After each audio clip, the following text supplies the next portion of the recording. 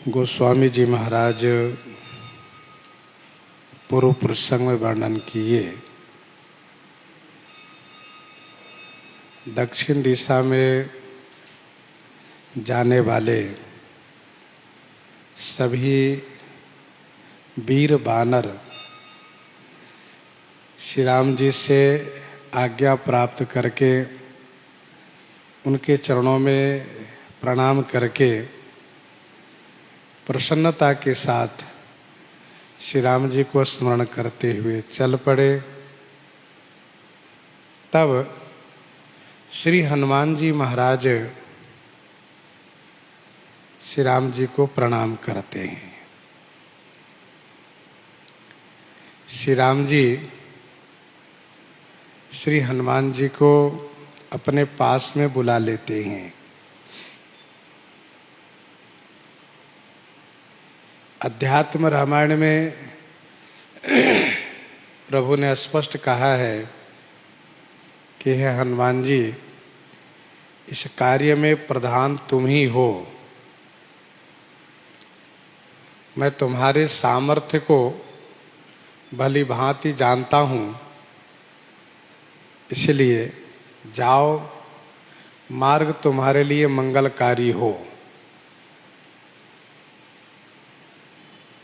मानसकार कहते हैं, जानी काज प्रभु निकट बुलावा, इन्हीं से काम होगा। ऐसा जान करके श्री राम जी ने इनको अपने पास में बुला लिया। अपना वह कर कमल श्री हनुमान जी के सिर पर घुमाते हुए हाथ की मुद्रिका श्री राम जी ने श्री हनुमान जी को दिया। परसासीस सरोरुह पानी, कर मुद्रिका दीन्ह जन जानी।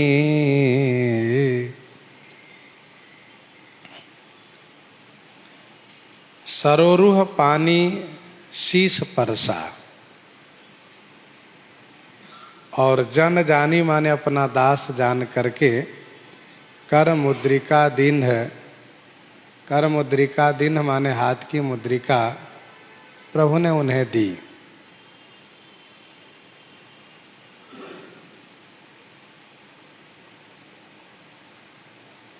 उस कर कमल से श्री राम जी ने श्री हनुमान जी के सिर को स्पर्श किया है। जिस कर कमल के स्मरण मात्र से भवसागर पार करना सुगम हो जाया करता है, अर्थात श्री हनुमान जी के लिए मार्ग सुगम होगा। तथा उस कर कमल से प्रभु ने श्री हनुमान जी को सिर सहलाया है। जिस कर कमल के प्रभाव से, जिस कर कमल की छाया से पाप, ताप और माया का विनाश होता है। शीतल सुखद छाह जेहि कर की, मेटति पाप ताप अरु माया। लंका जलाने का पाप नहीं लगा, लंका जल रही थी तो अग्नि का ताप नहीं लगा, और उन असुरों का माया हनुमान जी को नहीं लगा।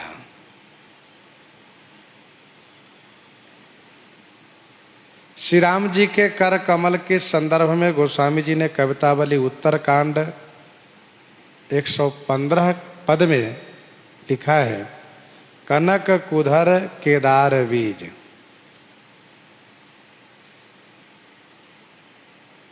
एक अद्भुत रूपक के माध्यम से गोस्वामी जी ने श्री रघुनाथ जी के कर कमल के संदर्भ में वर्णन किया है।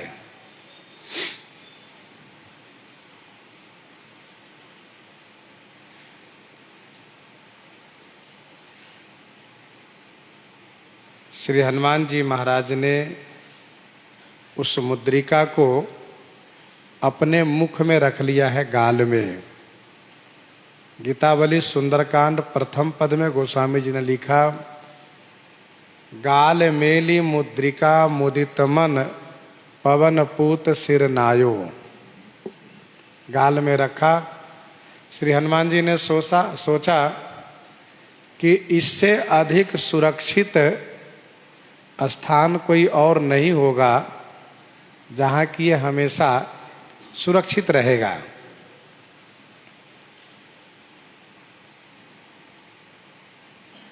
श्री हनुमान जी ने इसलिए भी गाल में रखा कि यह श्री राम नाम अंकित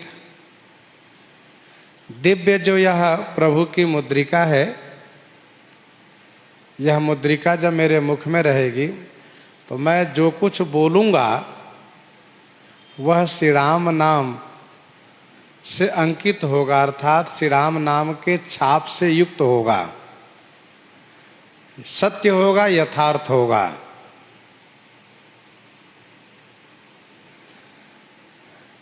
जब कोई भगवान को स्मरण करके बोलते हैं तो वे सत्य बोलते हैं।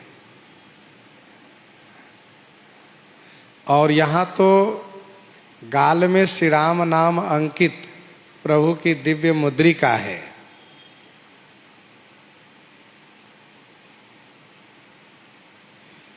श्री राम जी ने हनुमान जी को मुद्रिका दी है चिन्ह के रूप में, पहचान के रूप में। प्रभु ने स्पष्ट कहा है कि हे हनुमान जी, इस मुद्रिका के माध्यम से श्री सीता जी आप पर विश्वास करेंगी कि आप मेरे पास से आए हो। अर्थात श्री राम जी के पास से हनुमान जी आए हैं, इस बात को लेकर के उन्हें विश्वास होगा।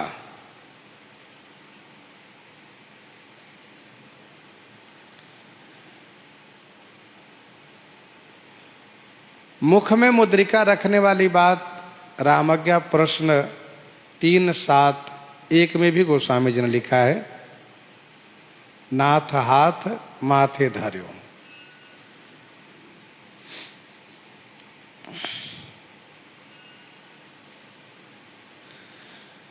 कुछ संतों ने यह कहा कि यह मुद्रिका वही है। कौन सी? जिस मुद्रिका की चर्चा गंगा जी के तट पर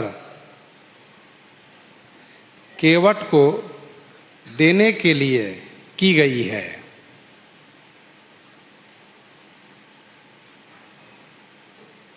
पिए हिये की सिए जान निहारी, मन मुदरी मन मुदित उतारी।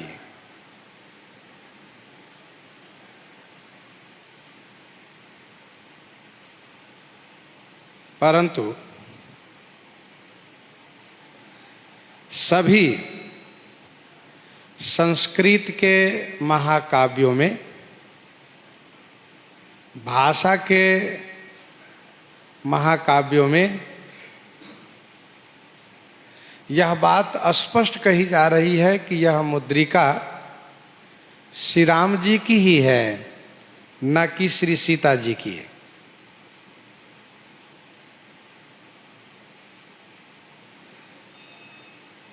श्री सीता जी की मुद्रिका के बारे में जो लोग कहते हैं उनको वहीं पर आगे के दोहा भी पढ़ लेना चाहिए। गोस्वामी जी ने स्पष्ट लिखा कि बहुत किन्ह प्रभु लखन सिए। पहले श्री राम जी ने केवट को देना चाहा, जब उन्होंने मना किया तब लक्ष्मण जी ने प्रयास किया, और जब लक्ष्मण जी से भी नहीं लिया तब श्री सीता जी ने प्रयास किया देने के लिए, परंतु उन्होंने बिल्कुल हठ कर दिया कि नहीं, मैंने प्रतिज्ञा की है कि मैं कोई उतराई नहीं लूँगा, इसीलिए मुझे नहीं चाहिए, मुझे पापी मत बनाइए। और इसीलिए उन्होंने लिया नहीं। तब यह मुद्रिका श्री सीता जी के हाथ में रह गई।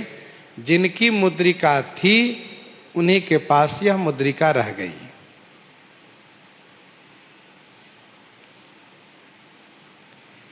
अब प्रश्न ये उठता है कि यह मुद्रिका फिर आई कहाँ से श्री राम जी के पास? यह एक प्रश्न है, क्योंकि श्री राम जी तापस वेश विशेख उदासी में से हैं, तो स्वाभाविक है कि मुद्रिका नहीं लिए होंगे। तो ये मुद्रिका आई कहाँ से, यह प्रश्न है। तो इसका उत्तर समाधान यह है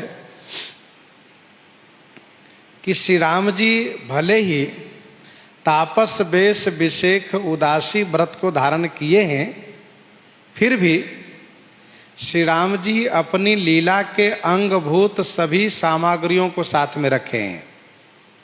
जैसे धनुष बाण को तो अपने साथ में रखे हैं, और श्री सीता जी श्री लक्ष्मण जी दोनों साथ में हैं।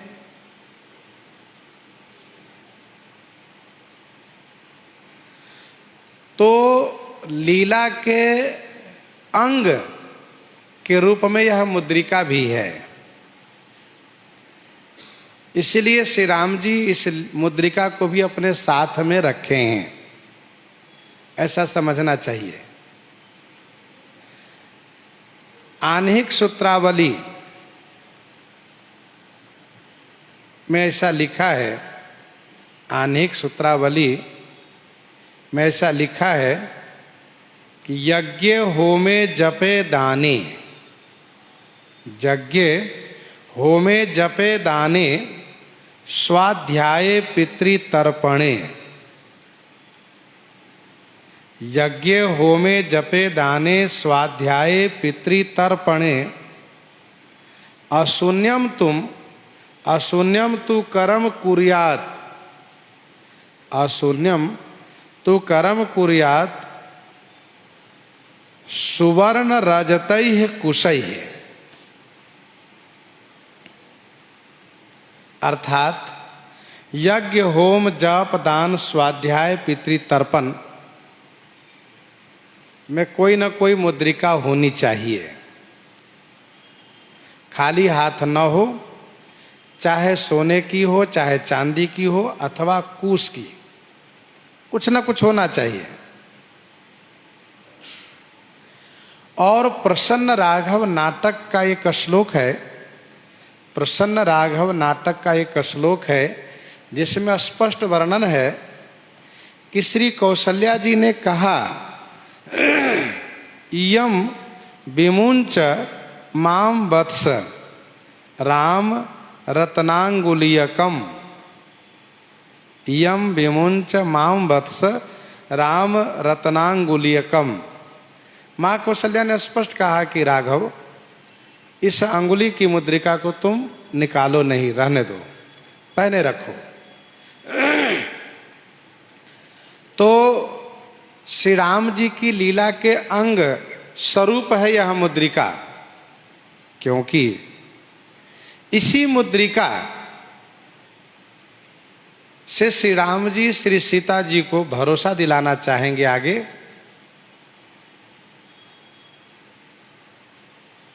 कि यह मुद्रिका जो लेकर के गया है वह मेरा खास दास है। तो श्री राम जी मुद्रिका लेकर आए हैं, इसमें कोई संदेह नहीं है। गोस्वामी जी कहते हैं, परसाशीस सरोरुह पानी कर मुद्रिका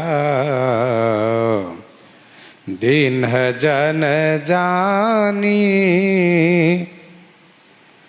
बहु प्रकार सीता ही समुझायहु कहि बल विरह बेगी तुम आयहु बहु प्रकार सीता ही समुझायहु कहि बल विरह बेगी तुम आयहु। बहु प्रकार सीता ही समझायहु कहि बल विरह बेगी तुम आयहु। हनुमान जी, बहुत प्रकार से आप श्री सीता जी को समझाइएगा और मेरा बल मेरा विरह कह करके बेगी तुम आयहु। बेगी माने शीघ्र आप लौट आइएगा।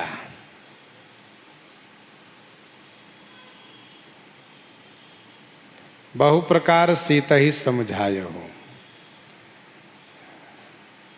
समझाने में कैसे समझाना है, इस बात को श्री रघुनाथ जी ने श्री हनुमान जी के कान में कहा है, अर्थात यह गुप्त है। जब श्री हनुमान जी सुंदर कांड में कहना शुरू करेंगे तब गोस्वामी जी वहां पर प्रस्तुत करेंगे। अभी गोस्वामी जी ने इस बात को गुप्त ही रखा।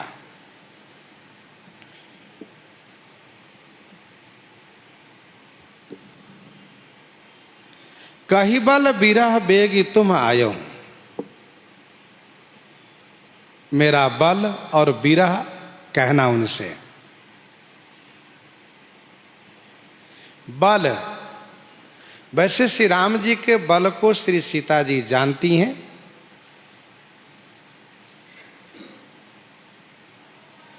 फिर भी श्री रघुनाथ जी ने अपने बल को कहने के लिए कहा।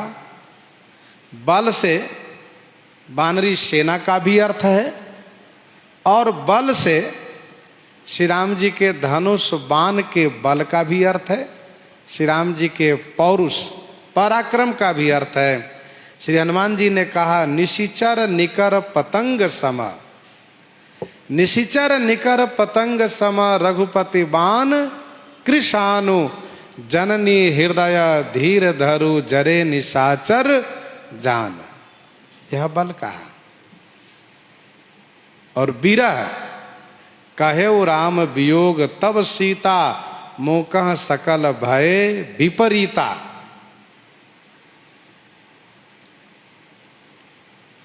केवल बल कहने से उन्हें उतना संतोष नहीं होगा कि माना कि स्वामी में असीम बल है, परंतु मेरे लिए उनको कोई दुख तो है नहीं।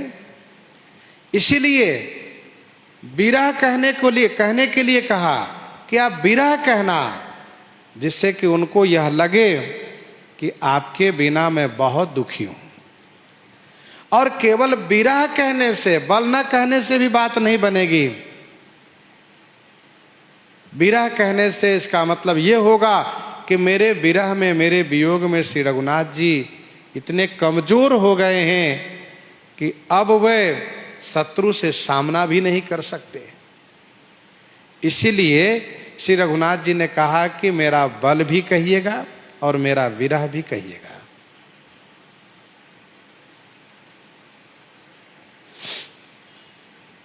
बेगी तुम आयो, शीघ्र आइएगा, जिससे कि मैं उन्हें प्राप्त करने के लिए शीघ्र प्रयास करूंगा। और इसका दूसरा अर्थ यह भी है कि आप शीघ्र आइएगा, आप अपने साथ में उनको लेकर नहीं आइएगा।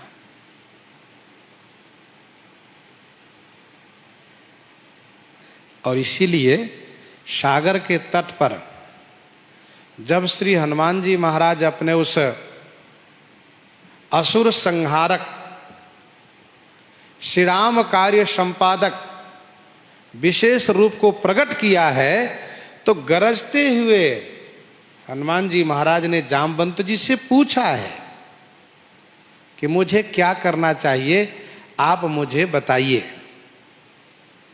आप मुझे उचित शिक्षा दीजिए। मैंने तो बहुत कुछ कहा, क्या यह सब करना चाहिए अथवा नहीं करना चाहिए, और क्या करना चाहिए, इस संदर्भ में आप मुझे सलाह दीजिए, मुझे बताइए। हनुमान जी महाराज ने गरजते हुए ये भी कहा है कि मैं सागर को तो खेल में नांग जाऊंगा, सेना के सहित रावण को मार डालूंगा और त्रिकुटाचल को उखाड़ कर इस पार ले आऊंगा।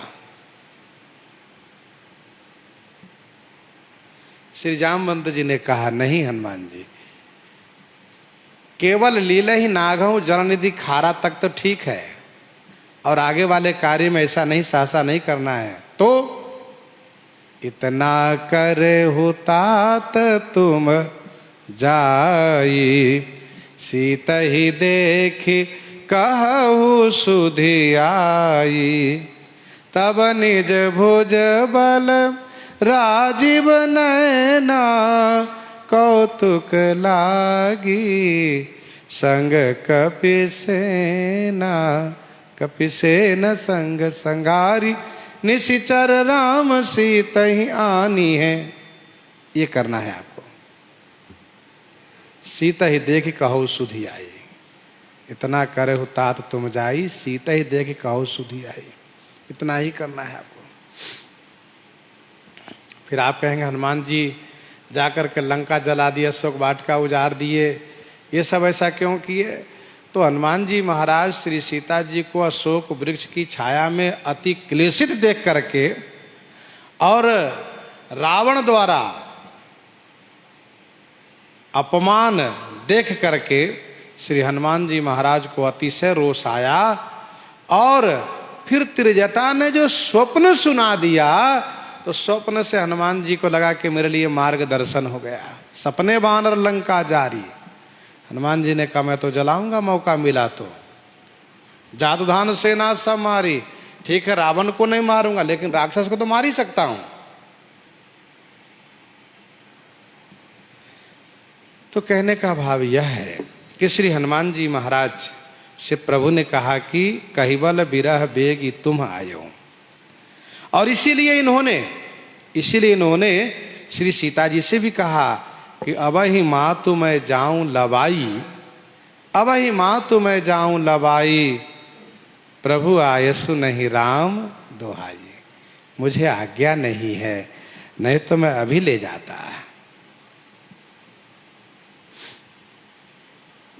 गोस्वामी जी कहते हैं हनुमत जन्म सुफल करी माना, हनुमत जन्म सुफल करी माना, चले ओ हृदय धरि कृपा निधाना, चले ओ हृदय धरि कृपा निधाना। हनुमत जन्म सुफल करी माना, चले हृदय धरि कृपा निधाना। श्री हनुमान जी महाराज ने अपने जन्म को सुफल करके मान लिया, मेरा जन्म सुफल हो गया। कृपा निधाना, श्री रघुनाथ जी को हृदय में धारण करके हनुमान जी महाराज ने प्रस्थान किया। चले वो हृदय धरि कृपा निधाना।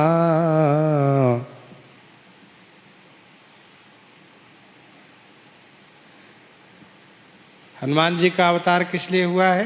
राम काज लगी तब अवतारा। श्री राम सेवार्थ इनका अवतार हुआ है, श्री राम कार्य के लिए। तो कार्य हो जाए तब तो अपने जन्म को सुफल समझना चाहिए। श्री हनुमान जी ने तो पहले अपने जन्म को सुफल समझ लिया। इसका समाधान यह है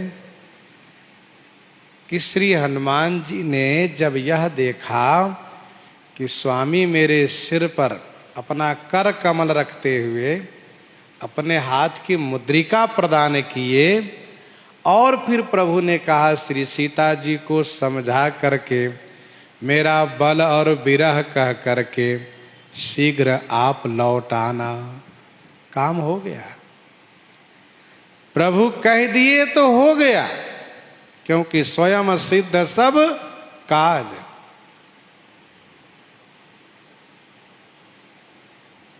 इनकी वाणी सत्य है, सत्य प्रतिज्ञा है प्रभु।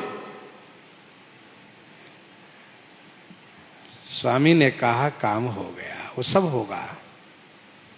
मैं माता श्री सीता जी को दर्शन करूंगा, मुद्रिका उन्हें दूंगा, उन्हें समझाऊंगा, और फिर मैं शीघ्र लौट कर आऊंगा। इसलिए हनुमत जन्म सुफल करी माना।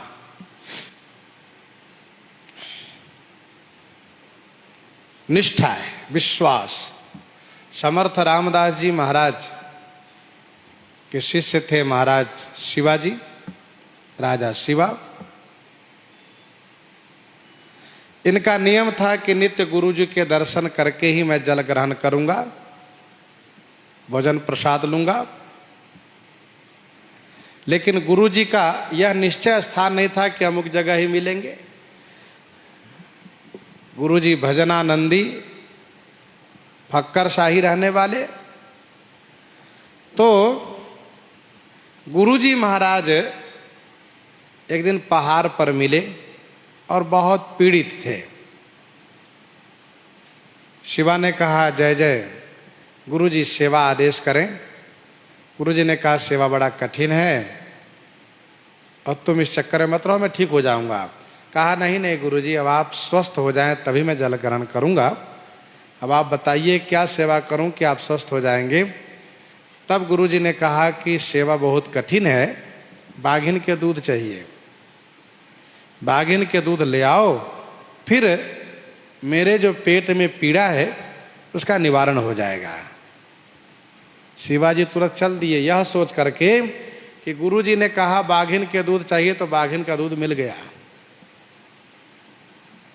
शिवाजी पहुंच गए बाघिन के पास और दूर से निवेदन किया कि मेरे गुरु जी के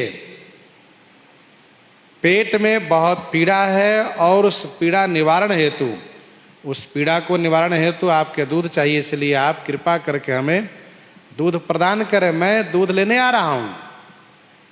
यूं कह करके जैसे आगे बढ़ा तो एक बार बाघिन ने टेढ़ी निगाह से देखा और फिर इसके बाद गऊ के समान शांत खड़ी हो गई। बाघिन के दूध है, अन्य पात्र में उसको लिया नहीं जा सकता, स्वर्ण पात्र लेकर गए हैं, सोने के पात्र में उन्होंने दूध को लिया है, ला करके गुरु जी को दिया। गुरु जी ने पान किया, फिर वह प्रसाद शिवा को पिलाया। इस प्रसंग को यहां पर कहने का अभिप्राय यह है कि अपने गुरु जी में, अपने इष्ट देव में, अपने स्वामी में निष्ठा जिसकी जितनी होगी उसका उतना ही अधिक कार्य सिद्ध होगा। सबरी देखी राम गृह आए, मुनि के वचन समझिए भाई।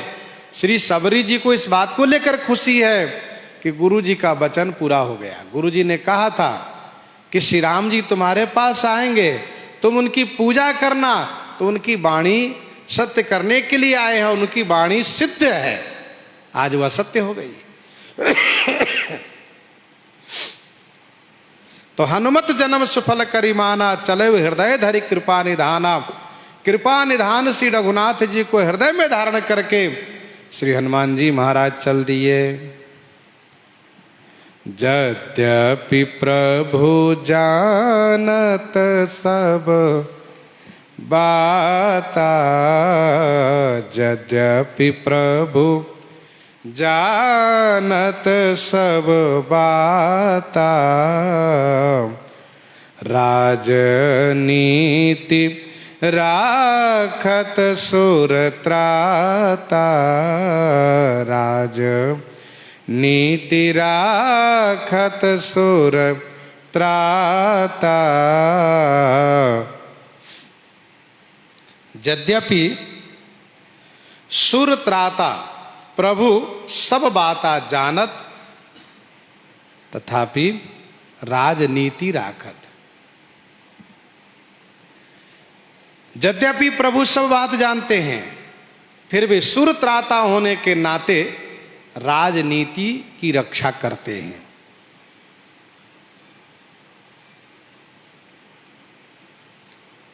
यद्यपि प्रभु जानत सब कारण, उठे हरसि सुर काज संवारन। देवताओं की रक्षा करना यह उद्देश्य है, और देवताओं की रक्षा तब होगी जब माधुर्य का अनुपालन किया जाएगा। क्योंकि देवताओं के परम शत्रु रावण ने यह वरदान पाया है, हम काहू के मरहि न मारे, बानर मनुज जाति दुई बारे। इसलिए माधुर्य का ही अनुपालन करना होगा।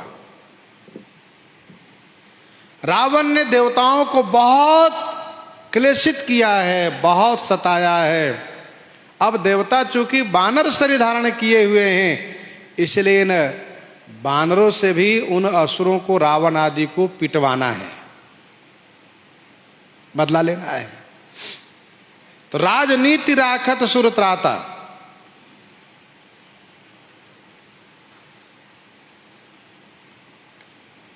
श्री राम जी इसी बहाने से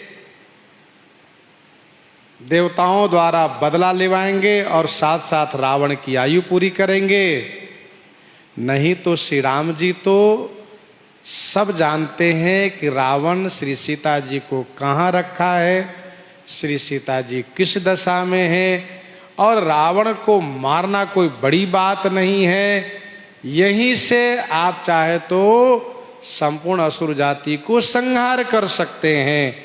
फिर भी श्री राम जी राजनीति को पालन करते हैं, क्योंकि राजनीति कहती है कि पहले दूत भेजना चाहिए। यदि कोई यह कहता हो कि अमुक राजा आपसे शत्रुता किया है और आपका इस प्रकार से नुकसान किया है, तो इस बात की पुष्टि के लिए राजा को चाहिए कि अपने दूत द्वारा सभी बात को समझें। अर्थात रावण ने श्री सीता जी को हरण किया है, इस बात को अपने दूतों द्वारा प्रमाणित करा करके और फिर अपनी बात उसको सुना करके, उसकी बात सुन करके और फिर युद्ध होना चाहिए, फिर उसको मारना चाहिए। ये राजनीति कहती है।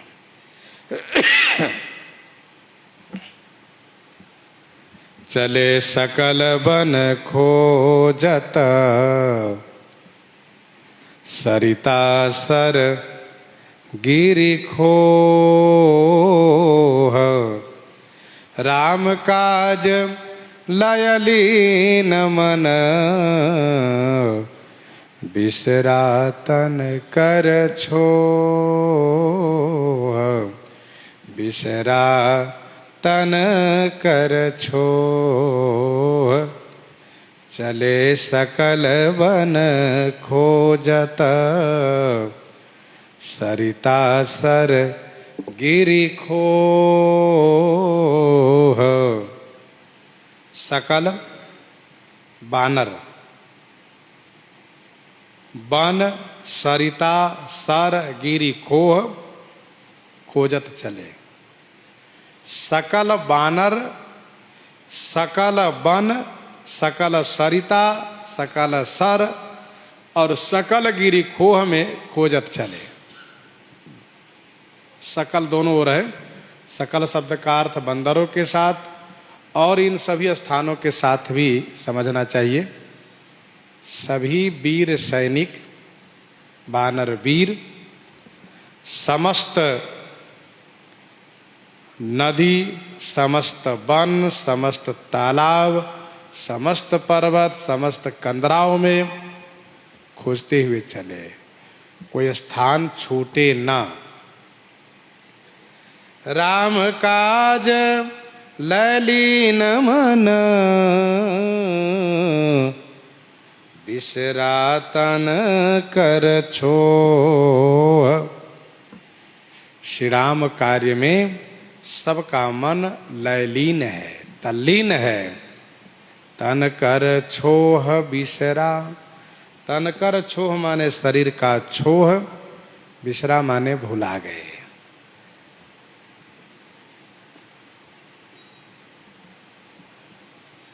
चले सकल वन खोजत, सरिता सर गिरि खोह, राम काज लयलीन मन, बिसरा तन कर छोह।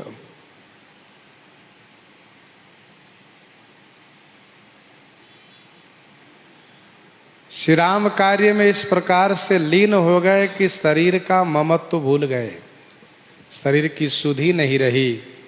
महाराज सुग्रीव ने जो कहा था उसको क्रियान्वित सबने किया। तजि माया से ये परलोका, मिटहि सकल भव संभव शोका। तजी माया से ये परलोका, मिटहि सकल भव संभव शोका। देह धरे कर या फल भाई, भजिए राम सब काम बिहाई। बिसरा तन कर छोह। सब श्री सीता जी की खोज कर रहे हैं। उस खोज करने में, उस अभियान में कतहु होई निशिचर सै भेंटा। प्राण ले ही एक एक चपेटा। प्राण ले ही एक एक चपेटा। कतहु माने कहीं भी यदि निश्चर से भेंट हो गई, राक्षस से भेंट हो गई, तो एक एक चपेटा प्राण ले ही। एक एक चपेट में, चपेटा माने थप्पड़, एक एक थप्पड़ से प्राण ले ही प्राण ले लेते हैं। कतहु होई निशिचर से भेंटा। ज्यादा राक्षस नहीं मिलते, क्योंकि खरदूषण के मारे जाने से कुछ बचे हुए राक्षस जो लोग थे वे भाग गए हैं, इसलिए इक्का दुक्का कहीं जंगल में दिखाई पड़ते हैं। अच्छा, तब सतयुग त्रेता में असुरों का पहचान हो जाया करता था कि ये असुर हैं, ये मानव है, ये देव है, ये समझ में आ जाता था। जैसे कहीं भेंट हो गई, मुलाकात हो गई, तो यह सोच करके कहीं यही रावण तो नहीं, अथवा संपूर्ण राक्षस जाति से विरोध मानते हैं वानर लोग, क्योंकि सुना है कि यहां हरि निशिचर वैदेही। निशिचर बड़े दुष्ट होते हैं, जो पर धन परदाररत होते हैं। इसीलिए ये वानर जैसे राक्षस को देखते हैं सबके क्रोध भड़क उठता है और एक एक चपेटा। वैसे एक एक वानर के मारने से मर जाता, फिर भी मारते, कहीं बचाओ तो और मारो जिससे मर जाए।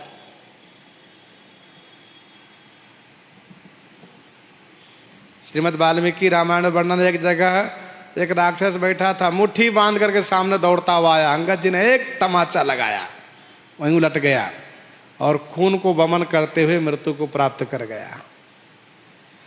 गोस्वामी जी कहते हैं कतहु होई निश्चर से भेंटा। कहीं भी राक्षसों से भेंट हो जाती है तो उसको एक एक थप्पड़ में प्राण लेते हैं। और थप्पड़ से मार करके मारना, यह अपमान पूर्वक मारना हुआ, अनादर पूर्वक मारना हुआ। बहु प्रकार गिरी कानन है रही। को मुनि मिलई ताहि सब घेरही। बहु प्रकार गिरि कानन है रही। बहुत प्रकार से गिरी, पर्वत, कानन जंगल में, हे रही माने खोज रहे हैं, ढूंढ रहे हैं। को मुनि मिलहि ताहि सब घेरहि। कोई मुनि यदि मिल गए तो उन्हें सब लोग घेर लेते हैं। राक्षस मिले तो मार डालते हैं, मुनि मिले तो घेर करके उनसे श्री सीता जी के बारे में पूछने लगते हैं। राक्षसों के प्रति द्वेष है, क्रोध है, मुनियों के प्रति प्रेम है, अनुराग है। इसलिए को मुनि मिलई ताहि सब घेरहि। महाराज सुग्रीव का यह आदेश है कि सीता सुधि पूछे हूँ सब काहू। कदाचित इस मुनि को पता हो कि श्री सीता जी अमुक जगह है, रावण ने अमुक जगह रखा है, अथवा कोई और चर्चा हो कि श्री सीता जी को कहाँ पता लगाया जा सकता है। बहु प्रकार गिरि कानन हेरहि, को मुनि मिलई ताहि सब घेरहि। लागी तृषायति सयकुलाने, मिलई न जल घन गहन भुलाने। लागी तृषा अतिशय अकुलाने, अतिशय तृषा लागी अतिशय अकुलाने। अतिशय तृषा माने प्यास के लगने से अतिशय अकुलाने, अतिशय व्याकुल हो गए। मिलई न जल घन गहन भुलाने। मिलई न जल, जल नहीं मिल रहा है। घन गहन, घन माने घने सघन, गहन जंगल में भुलाने माने भटक गए। सबको दिशा भ्रम हो गया, दिशा का ज्ञान नहीं रहा, इसलिए घने जंगल में भुला गए। लागी तृषा अतिशय अकुलाने, खोज रहे थे, ढूंढ रहे थे। एकदम से ध्यान आया कि अरे प्यास लगी है। श्री राम जी के कार्य में सबका मन लीन था, शरीर की सुधि नहीं थी, लेकिन एकदम से ध्यान में आया प्यास। और अतिशय प्यास, सामान्य प्यास हो तो कोई बात नहीं, अतिशय प्यास के कारण अतिशय व्याकुलता हो गई, अतिशय अकुलाने। क्योंकि श्रम बहुत पड़ा है, बहुत खोज किए हैं, पहाड़ पर चढ़ जाना, जंगलों में जाना, इधर जाना उधर जाना। एकदम से श्रम होने से एकदम से प्यास लग गई, अतिशय प्यास से अतिशय व्याकुलता हुई। अब पानी के बिना रहा नहीं जा रहा है, मुख सूखने लगा। अब लगता है कि थोड़ी देर पानी नहीं मिला यदि तो हम जिंदा नहीं रह पाएंगे। जल की खोज करो भाई, कहीं पानी मिल जाए आसपास में। कहा मिलई न जल घन घन बुलाने, पानी मिल नहीं रहा है क्योंकि घने जंगल में भुला गए। मन हनुमान किन्ह अनुमाना, मरन चाहत सब बिनु जल पाना। मरन चाहत सब बिनु जल पाना। हनुमान जी ने अपना मन में ऐसा अनुमान किया, श्री हनुमान जी ने मन में ऐसा अनुमान किया कि सब बिनु जल पाना मरण चाहत, सब बिना जल पिए मरना चाहते हैं, बिना जल के जिंदा नहीं रह पाएंगे।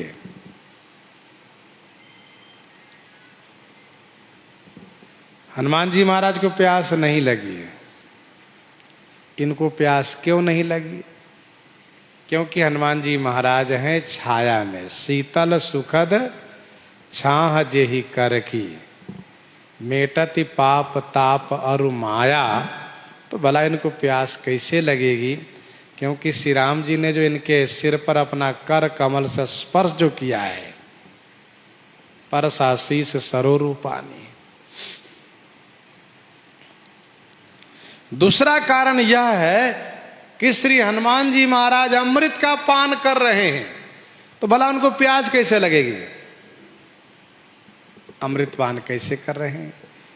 तो इस प्रकार से समझना चाहिए।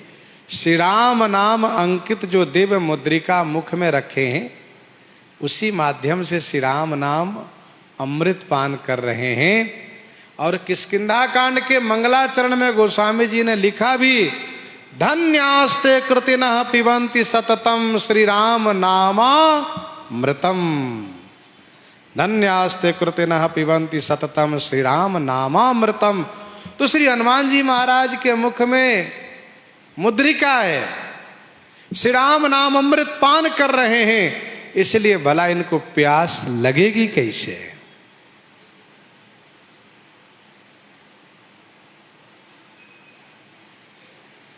बाकी सबको प्यास लगी है, सब अचेत हो रहे हैं, हनुमान जी सचेत हैं। मरण चाहत सब बिनु जल पाना, बिना जलपान किए सब मरना चाहते हैं। श्री हनुमान जी महाराज तुरंत पानी की खोज में चल पड़े। चढ़ी गिरि शिखर चहु दिशि देखा, भूमि बिबर एक कौतुक पेखा, भूमि बिबर एक कौतुक पेखा, चढ़ी गिरि शिखर चहु दिशि देखा।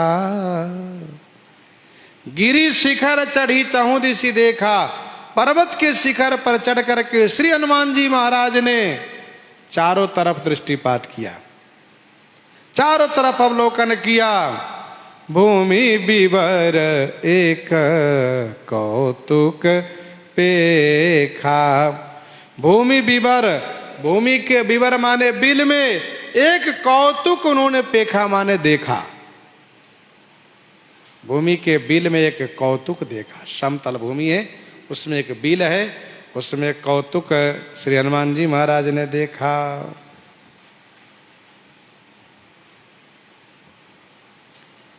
चढ़ी गिरि शिखर चहु दिशि देखा, भूमि बिबर एक कौतुक पेखा, भूमि में बिल है, उस बिल में तमाम रंग बिरंग के पक्षियां प्रवेश कर रही हैं। जो पक्षियां जाती हैं उनके पंख सूखे होते हैं, और जब पक्षियां वहां से निकलती है बाहर तो उनके पंख भीगे होते हैं। इसका मतलब स्पष्ट है कि इस आसपास में कहीं अन्यत्र पानी नहीं है उस बीबर के अलावा, नहीं तो पक्षियां वहीं क्यों जाती है, और जगह भी तो जाना चाहिए। और जंगल में पशु पक्षियों से ही अंदाजा लगाया जा सकता है कि अमुक जगह पानी हो सकता है। क्या देखा हनुमान जी ने? चक्र बाक बक हंस उड़ाही, बहुतक खग प्रवेशहि तेहि माही। चक्र बाक बक हंस उड़ाही, बहुतक खग प्रवेशहि तेहि माही। बहुतक खग प्रवेशहि तेहि माही। चक्रवाक बक हंस उड़ाही, चक्रवाक माने चकवा, बक माने बगुला, हंस उड़ते दिखाई दे रहे हैं। और बहुतक खग प्रविशहि तेहि माही, बहुतक खग माने बहुत सी पक्षियां, तेहि माही प्रविशहि, बहुत सी पक्षियां उस विवर में प्रवेश कर रही हैं। चक्रवाक बक हंस उड़ाही। प्रश्न ये उठता है कि बगुला के साथ हंस कैसा? जहां बगुला हो वहां हंस नहीं रहते। गोस्वामी जी ने विनय पत्रिका 185 पद में लिखा, विनय पत्रिका 185 पद में लिखा, जय सर काक कंक बक सूकर, जय सर काक कंक बक सूकर, क्यों मराल तह आवत। जय सर काक कंक बक सूकर, क्यों मराल तह आवत।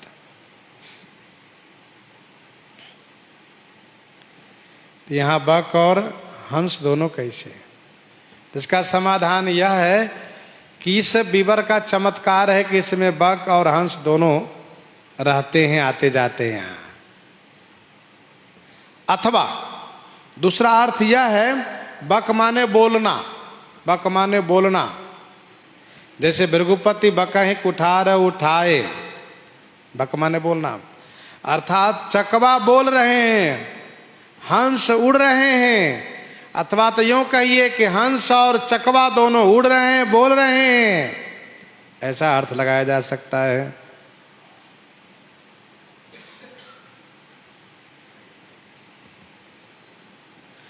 यदि इस बीबर में बक और हंस साथ रहते तो भी आश्चर्य नहीं है, क्योंकि इस बीबर के भीतर सूर्य के और चंद्रमा के किरणें जाती नहीं है। इस बीबर के भीतर सूर्य और चंद्रमा की किरणें जाती नहीं है, फिर भी यहां कमल खिले हैं, उसके भीतर में तालाब में वृक्षों में फल लगे हुए हैं और सुनहले रंग के प्रकाश हैं, सोने मणि जैसे चमचमाते हुए पेड़ पौधे लता पता कमल सब दिखाई दे रहे हैं वहां पर। श्रीमद् वाल्मीकि रामायण में इसका अद्भुत वर्णन किया गया है। मणि के समान फल लगे हुए, स्वर्णमय वृक्ष लगे हुए हैं, सब चमचमा रहे हैं, सब हरे भरे हैं। चक्रवाक वक हंस उड़ाही, बहुतक खग प्रविशहि तेहि माही। अथवा तो हंस की अलग अलग प्रजाति है, सामान्य हंस है जो यहाँ रहते हैं, ऐसा भी अर्थ है। गिरिते उतरी पवन सुत आवा, गिरिते उतरी पवन सुत आवा, सब कह लय सोई बीबर दिखावा, सब कह लय सोई बीबर दिखावा। गिरिते उतरी पवन सुत आवा, गिरिते उतरी पवन सुत आवा। गिरी माने उस पर्वत से उतर करके श्री हनुमान जी महाराज आए। ये पवन पुत्र हैं, पवन के समान तेजी से चलने वाले हैं।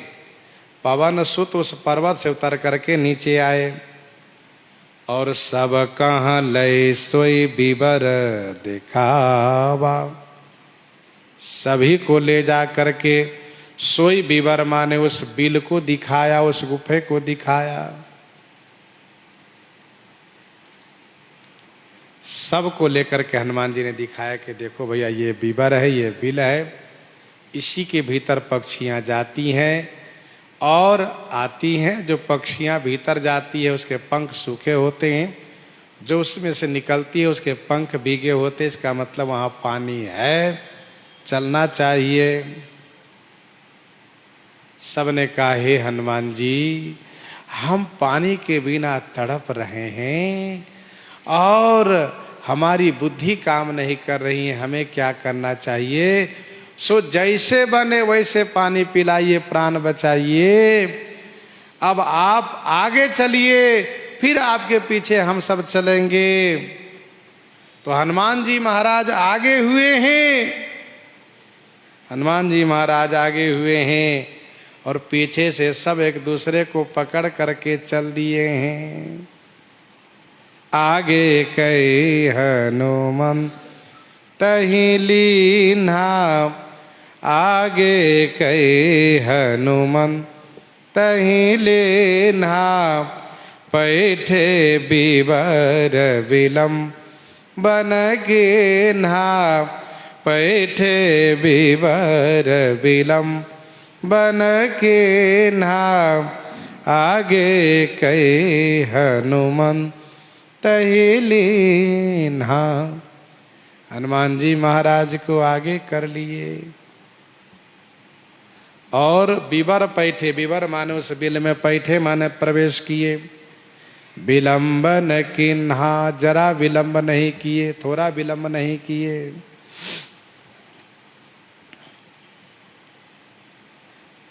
रास्ता दिखाए तो आगे चलिए, इसी नियम के अनुसार आगे कई हनुमंत ही लिन्हा। जैसे चली अग्र करी प्रिय सखी सोई, आपने देखा है इसलिए आप आगे चलिए। तो हनुमान जी महाराज को सबने आगे किया, क्योंकि हनुमान जी सचेत है, बाकी अचेत से हैं। और हनुमान जी महाराज के मुख में दिव्य मुद्रिका है। मुद्रिका का वह प्रकाश है श्री राम नाम का दिव्य प्रकाश। से हनुमान जी महाराज आगे चल रहे हैं। जहां किसी को कुछ दिखाई नहीं देता वहां हनुमान जी महाराज आगे चल रहे हैं।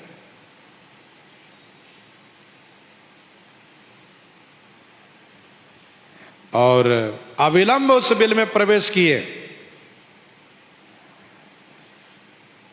कुछ दूर तक अंधेरे में गए और घबराने लगे सब कि अरे भाई तो अंधेरा ही अंधेरा है, कहां चले आए, कुछ दिखता नहीं, कुछ समझ में नहीं आ रहा। हनुमान जी कहते चले आइए चले आइए आइए। जब कुछ दूर चले हैं तब प्रकाश आलोकित हुआ, बढ़िया सुनहले रंग का प्रकाश, जैसे सूर्य बाल सूर्य का जो प्रकाश होता है वो लालिमा पूर्ण बहुत सुंदर प्रकाश दिखाई दिया। और अंदर बहुत कुछ दिखने लगा। दिख जाई उपवन बर, सर विकसित बहु कंज, मंदिर एक रुचिर तहाँ, बैठी नारी तप पूंज, बैठी नारी तप पूंज। दिख जाय उपवन बड़, सर विकसित बहु कंज।